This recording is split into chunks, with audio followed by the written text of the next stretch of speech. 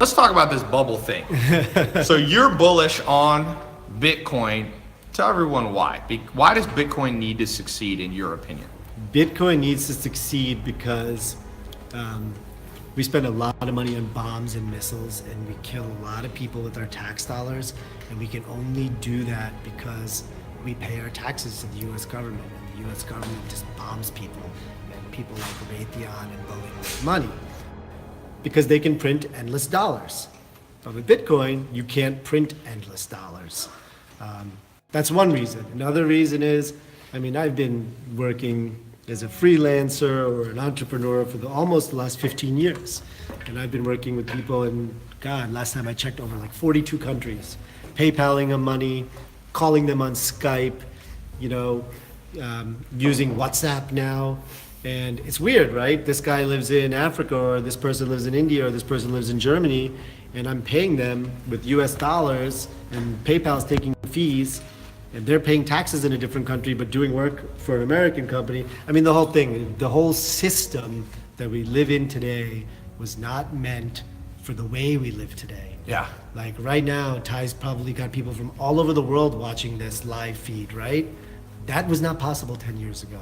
There are basically no more boundaries anymore with countries, so why the fuck are we using different currencies? And Bitcoin is one that no country controls, so we can trust it, because I think 76 years is the strongest currency has been in power.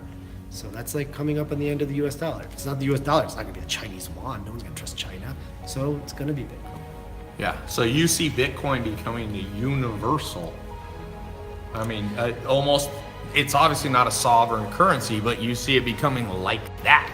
Yeah, 100%. Someone said, Bitcoin is no doubt a bubble. It might last, but it will lose value. Twitter person. Here's what I have to say to that. Bitcoin goes up and down, up and down, up and down, but Bitcoin always goes up. So yeah, it may crash to 4,000, 5,000, 6,000. I don't care, but it's going to be $1 million in 2024. I hope it goes to 4,000. I know, that'd be amazing, yeah, right? People are trying to push the thing down. People people are trying to push it up. Like great. You were talking about Jamie Dimon, no one knows for sure, but people are trying to push it down. So all this bubble thing is, most people that talk about the bubble don't know what they're talking about. I understand, but can you tell me about Litecoin? So for those of you, I'm gonna be like the beginner voice, and Amit is the advanced voice here. So for those of you who are beginners, you need to understand that there's Bitcoin, there's Ether, and then you have, those are the big two, the most trading volume, the highest price, well, not necessarily the highest price. The price doesn't matter, it's like stocks, it's parity. But the largest market cap. Then you have other ones like Bitcoin Cash, Litecoin, IOTA, and Ripple. You have a lot, and then you get these really small ones. We're gonna talk about one special coin that you need to know about. Okay, we're gonna get to that in a little bit. This is something new that you like. Litecoin isn't quite as big as Bitcoin, but it's pretty big. It's listed on Coinbase, so it has the Coinbase effect. What do you think about it?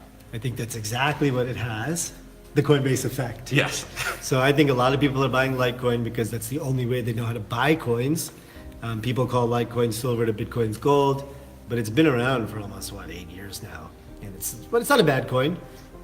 It's 360, 340 right now. Could it go to 1,000? 100% it could go to 1,000. Could it go to 2,000? 100%. Do I believe in the coin? No. Do I think? Why do you not believe in it? Jeremy Gardner said the same thing.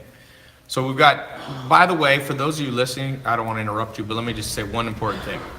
For those of you listening or watching, what is the reason, so Jeremy, another mentor of mine, doesn't love Litecoin? Why not?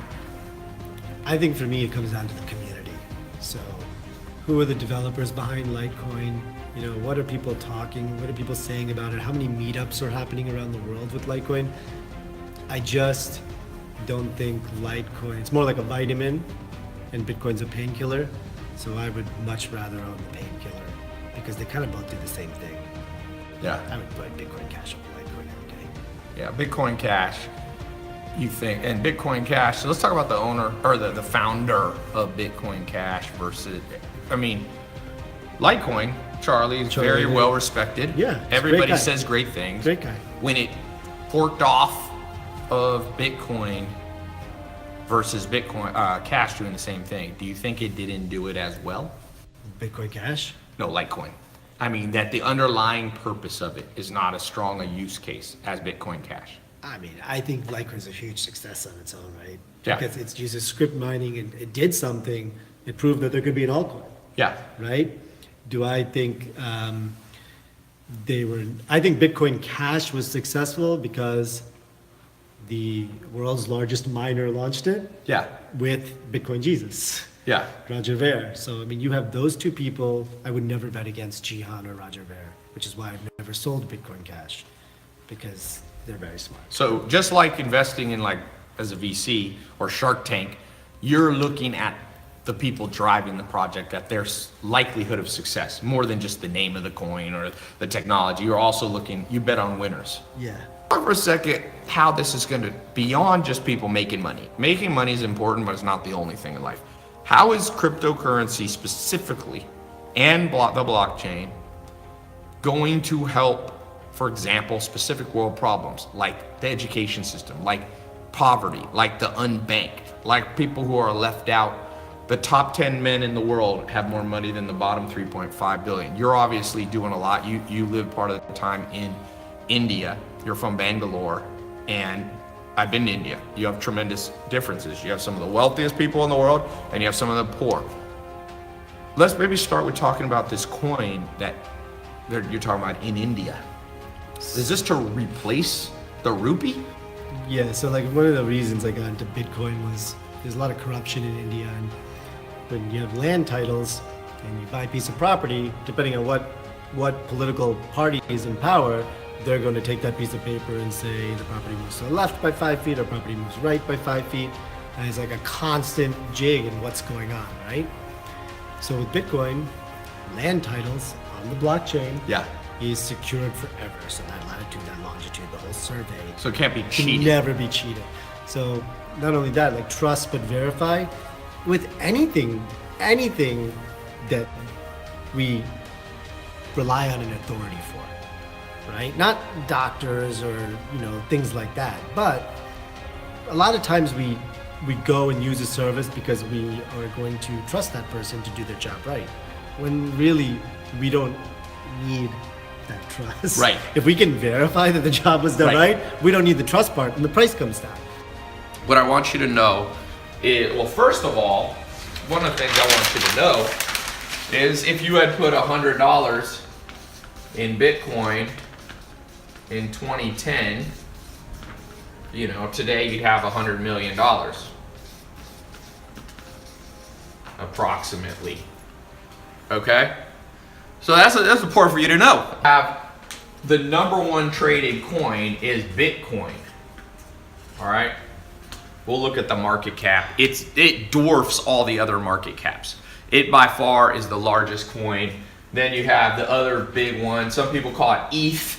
Some people call it Ether. Some people call it Ethereum. Kind of the slang for it among the people who are, the big wigs. They call it ETH, but we'll call it Ethereum. Ethereum is an alternative form. It's not just a different coin. It's actually a coin that's built on a different technology. Okay? So I don't want to get too far down this because the goal is not to be confused by this. So the first strategy is the first thing to understand is it's not just Bitcoin. That's what I've been trying to say. It's not just Bitcoin. The second thing, like I said, is you have to understand, before you should invest in anything, you should understand it. You can buy, they basically took Bitcoin and they fractionalized it into, you can buy a teeny, if you can't afford one whole Bitcoin at $8, $10, $9, $10, $11,000, you can buy a teeny fraction of it, okay? So, it's not too late for you. But it will get harder to make money. So the longer you wait, the worse it gets for you. Here's the thing. Let me just show you. One of the things that I want you guys to learn. Remember, the principles of investing, and this is what I'll be teaching in the course, are generic. Meaning, A good real estate investor will understand how to do Bitcoin. Because once you understand how to do real estate, you understand the fundamental. Now, of course, you got to learn the specifics of cryptocurrency, but the same principles apply. For example, you got to understand that things go up and down, and you actually want them to go down. Some people go, what would you do if Bitcoin crashed all the way down to $1,000? You know what I would do? Buy that shit up. You buy it at 1,000, probably gonna go back up to 10, 15,000. You'll 10x your money. So some people don't understand the rules of investing, so they're freaked out and they sell low and buy high, and then no. So the advanced investing techniques. Most people are afraid of this. Why? Why are you afraid of this? Why are you afraid of this? If you buy a house here and it crashes, what are you afraid of? That it won't? Does it still have a roof? Does it still serve the utilitarian function? Okay, well, if it serves the utilitarian function, you're good. Because guess what? The market will come back. People need a place to stay. So the question is not, is Bitcoin going to go up and down? You should pray it goes up and down. Because you only lose if you sell. So if you bought Bitcoin at 10,000 and it drops to 8,000, and you sell here because you have a heart attack because you don't understand the principles of investing, you don't understand advanced investor techniques, this is what millionaires understand.